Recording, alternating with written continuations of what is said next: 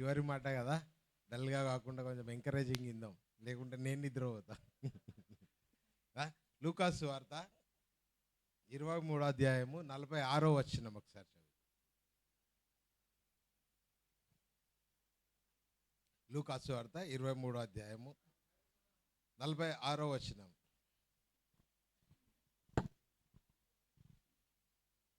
ఎవరైనా చదువుతారా?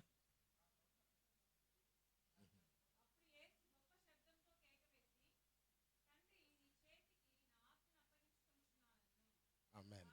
చాలా అప్పుడు యేసు గొప్ప శబ్దంతో కేక వేసి, తండ్రి, నీ చేతికి నా ఆత్మను అప్పగించుకున్నానా నేను. మనకి యేసయ్య సిలువలో ఎక్కినప్పటి నుంచి సిలువ అయిపోయేదాకా కూడా 2 సార్లు తండ్రి అని అంటారు. మొదటి వాక్యము, మొదటి మాట, తండ్రి వీరేం చేయుచున్నారో వీరెరుగరు. చివరి వాక్యం కూడా మళ్ళా, తండ్రి, మీ చేతికి నా ఆత్మను అప్పగించుకుంటున్నానని చనిపోతాడు. మొదటి తండ్రికి చివరి తండ్రి ఆ పలుకుకు చాలా వ్యత్యాసం ఉంది. మొదటిసారి తండ్రి అని పలికినప్పుడు ఇప్పటిదాకా మనం విన్నట్టు అంత కష్టాల్లో ఉన్నప్పుడు ఒక ఉదాసీనమైన పలుకు ఉంటుంది. తండ్రి, వీరేం చేస్తున్నారో పాపం వీళ్ళకి తెలియదు, వీళ్ళని క్షమించేసాడు. కానీ చివరికి వచ్చేసరికి ఆ తండ్రి ఈ తండ్రి వేరు కాదు. ఈ తండ్రి ఇప్పటిదాకా అన్న చెప్పినట్టు, కానీ అందరు చెప్పినట్టు ఆయనకి ఇచ్చిన పని ముగించేశాక ఇప్పుడు మనం క్రికెట్లో కప్పు గెలిస్తే ఎట్లుంటుంది? ఒక కెప్టెన్ ఎట్లా అరుస్తాడు? విక్టరీ అంటారు కదా. అట్లాంటి తండ్రి. తండ్రి, నువ్వు ఇచ్చిన పని అయిపోయింది, సమస్తం ముగించేసిన, ఇంకా నాకు భూమి మీద పని లేదు, నా ఆత్మను నీకు అప్పగించు. So it's a sound of victory, desperation కాదు, it's a sound of victory కదా. ఆ తండ్రి సరే, ఈ తండ్రి మీ చేతికి నా ఆత్మను అప్పగించుకొంచున్నానన్న వాక్యంలో అన్నట్టు ఎవరు కూడా ఆయన ఆత్మను తీసుకోలేదు, ఆయన ఏం ఆత్మహత్య చేసుకోలేదు, ఏం చేసుకోలేదు కదా.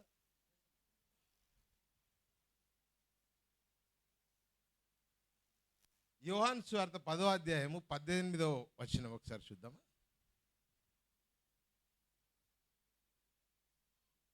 యోహాను సువార్త 10వ అధ్యాయం 18వ వచనం.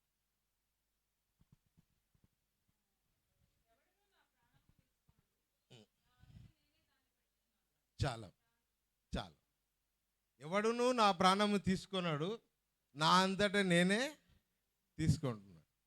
ఇది తండ్రి యొక్క చిత్తం. యేసయ్య ప్రాణం తీసే అంత మనిషి భూమి మీద లేడు. ఎందుకంటే ఆయన సంపూర్ణ మానవుడు, సంపూర్ణ దేవుడు. దేవుడు ప్రాణం తీయలేము, ఆయన ఆది అంతం అంతా ఆయనే. ఆయన ప్రాణం ఎవరు తీస్తారు కదా. సో ఆ ప్రాణం ఎవరు తీసేది లేదు. ఆ అధికారము నేను తండ్రి వద్ద నుంచి పొందుకున్నా. సో నాకు ఆ ప్రాణం పెట్టగలను, తీసుకోగలను, అధికారము నాకున్నది. అందుకని ఈ పని చేస్తున్నా. సో దీనిలో మనకు కూడా ఇదే వర్తిస్తుంది. మన ప్రాణం కూడా ఇప్పుడు యాకోబు అట్లా ఎగ్జాంపుల్ మనం చదివితే, చివరి పని అంతా ముగించుకున్నాక నా ప్రాణం నీకు అప్పగిస్తున్నా అంటే చివరి గడియలో మనకు తెలిసిపోద్ది కదా. ఇది సిస్టమ్ అది. సరే, సో యేసయ్య ప్రాణం ఎవరు తీయలేదు, ఆయనంతటా ఆయనే పెట్టుకున్నాడు. ఎందుకు? మీరు అన్నట్టు భూమి మీద ఆయన పని అంతా అయిపోయింది. అయితే ఇది ఒక ప్రవచనం. ప్రవచనం అంటే సిస్టమాటిక్ ప్రొఫెసీ. మనకి దేవాలయంలో మందసము పాత నిబంధనలో చూస్తే తెర ఉంటుంది కదా. హోలీస్ అండ్ మోస్ట్ హోలీస్, పరిశుద్ధ స్థలం, అతి పరిశుద్ధ స్థలం. సో ఆ తెర ఉంటుంది. ఆ తెర చినగడము నూతన నిబంధన స్థాపించడానికి యేసయ్య యొక్క శరీరము ఒక సాదృశ్యం. రిఫరెన్స్ చూద్దాం. హెబ్రీయులకు మత్తయి సువార్త 27వ అధ్యాయం 51వ వచనం. మత్తయి సువార్త 27వ అధ్యాయం 51వ వచనం.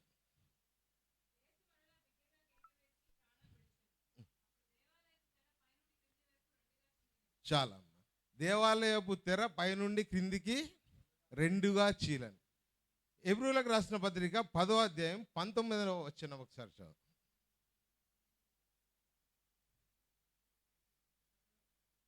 ఆ 10వ వచనం 19, 20.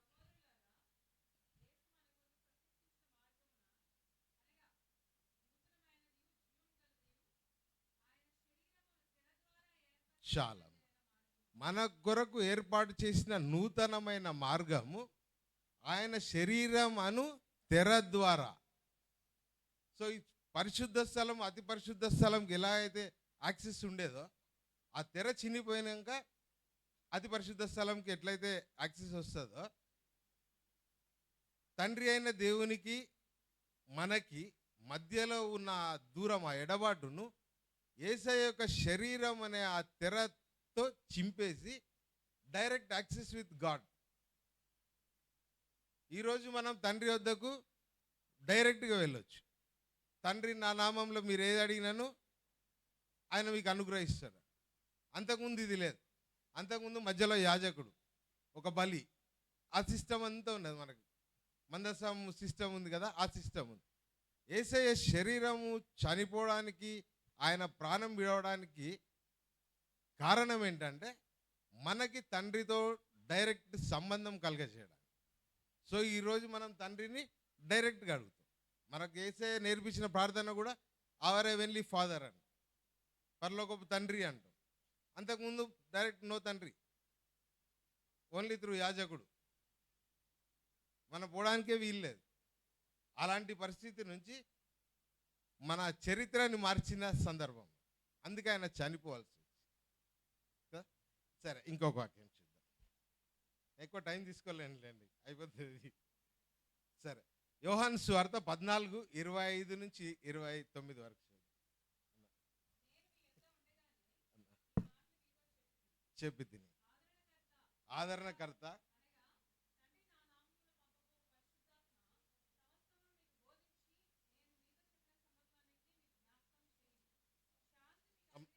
చదువు.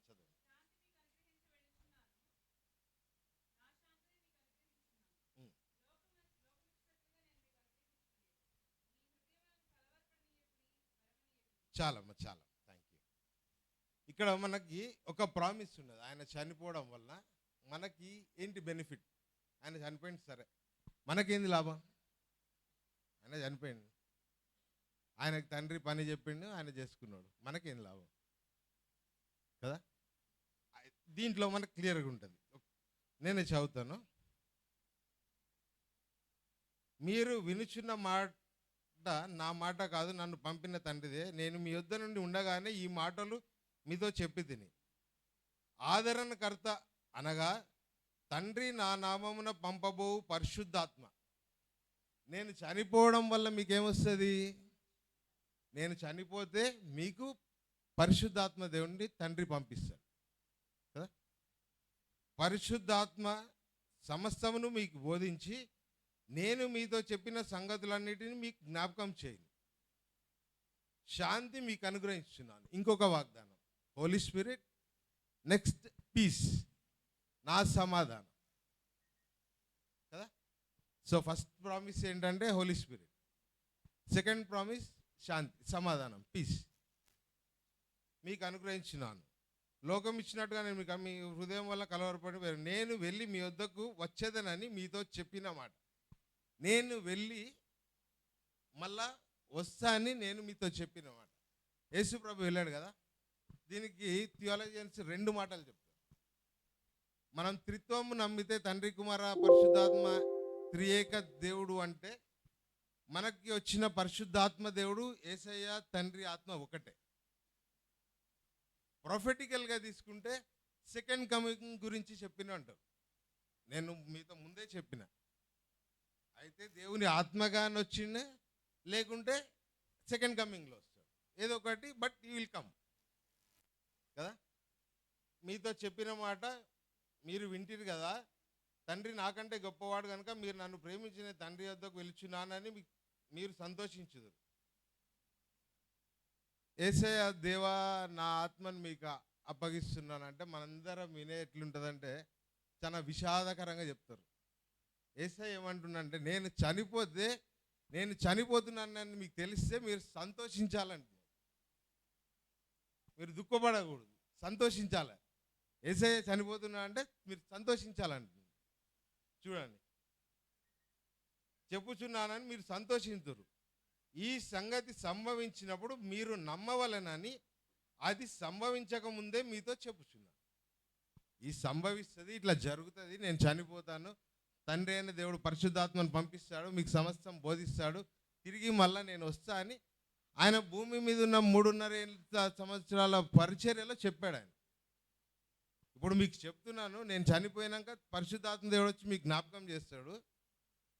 నేను చనిపోయేటప్పుడు మీరు సంతోషపడాలి, ఎందుకంటే పరిశుద్ధాత్మ దేవుడు వస్తాడు.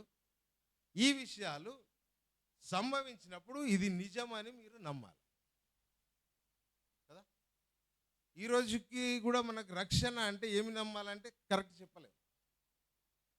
ఇది నమ్మాలి. ఆయన తిరిగి వస్తాడు, పరిశుద్ధాత్మ తన అడుగు వారికి కొలత లేకుండా దయచేస్తాడు, పరిశుద్ధాత్మ దేవుడు మనకు సమస్తం బోధిస్తాడు, నడిపిస్తాడు, నమ్మాలి. అందుకొరకు ఆయన చనిపోయాడు కదా. సో ఆయన అరిచిన అరుపుకి అర్థము ఇది. ఆయన ఏదో పాపం అయ్యో నీళ్లు లేక చచ్చిపోయింది అట్లా కాదు కదా. సో దేవుని వాక్యము అంటే మనం ఇది విశ్వసించాలి. చివరిగా ఒక మాట చెప్తాను. 2 కొరింథీ 3వ అధ్యాయము 6వ వాక్యం.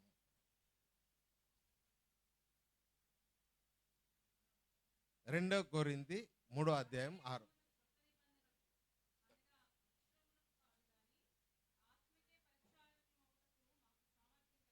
చాలా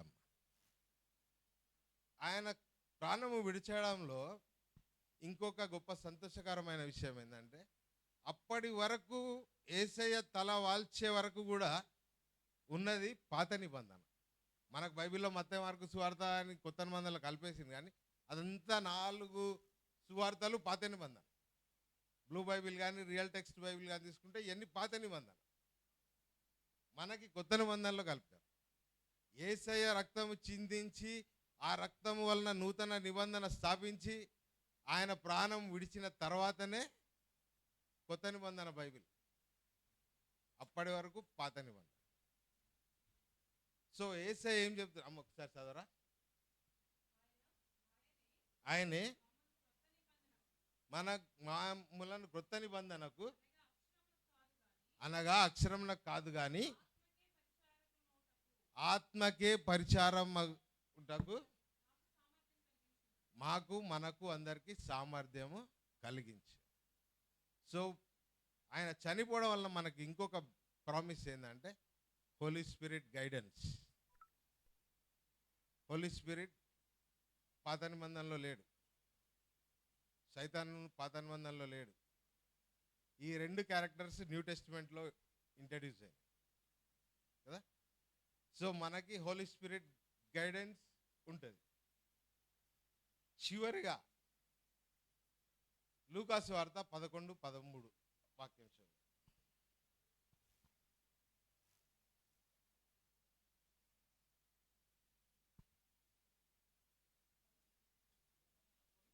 అవునన్న. పరలోకమందున్న మీ తండ్రి తన్ను అడుగు వారికి పరిశుద్ధాత్మను ఎంతో నిశ్చయముగా అనుగ్రహించు ననెను. ఇది మన కంక్లూజన్. ఆయన చివరిగా చనిపోయింది. దానివల్ల ఎవరన్నా మీకు ఏమి లాభము అంటే మనకు పరిశుద్ధాత్మ దేవుడు ఉన్నాడు. సరే, పరిశుద్ధాత్మ దేవుడు పెంతెకొస్తేళ్ళకి వస్తాడంటే కాదు, ఎవరికైనా వస్తాడు కదా. పరలోకపు తండ్రి తన్ను అడుగు వారికి కొలత లేకుండా పరిశుద్ధాత్మను అనుగ్రహించు. సో ఇప్పటిదాకా మనం 7 వాక్యాలు విన్నాం. పరిశుద్ధాత్మను మనం పొందుకోవాలి. ఇందాక చెప్పినట్టు మనం ఆ రక్షణ సువార్తను నమ్మాలి. ఆయన ఉన్నప్పుడే చెప్పాడు.